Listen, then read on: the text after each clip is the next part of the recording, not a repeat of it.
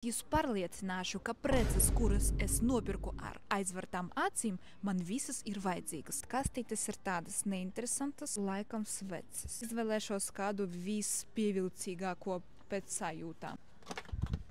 Šis gan man liekas visomulīgākais. Ko tu smējies? Normāla svece? Man pie gultas vienmēr deg svece. Mana mīļa, tas ir kapu svece. Kurš teica? Tas ir lietus sargs. Oi, liekas, ka tas ir kaut kāds krēmiņš. Pēc krēmiņa tas neizskatās, varbūt tas ir lupas krāsa. Oi, viņa ir ļoti tāda ūdenīga. Viņa pat nekraso. Tas ir slaims. Kas ir slaims? Bet viņa izskatās kā sapļā. Oi, šampanietis? Vanna sāls, šampeini. Atstāšu priekš kādas dāvanas. O, švamīte man neinteresē. O, makijaža otam tīrīt. O, štučka priekš makijažiem.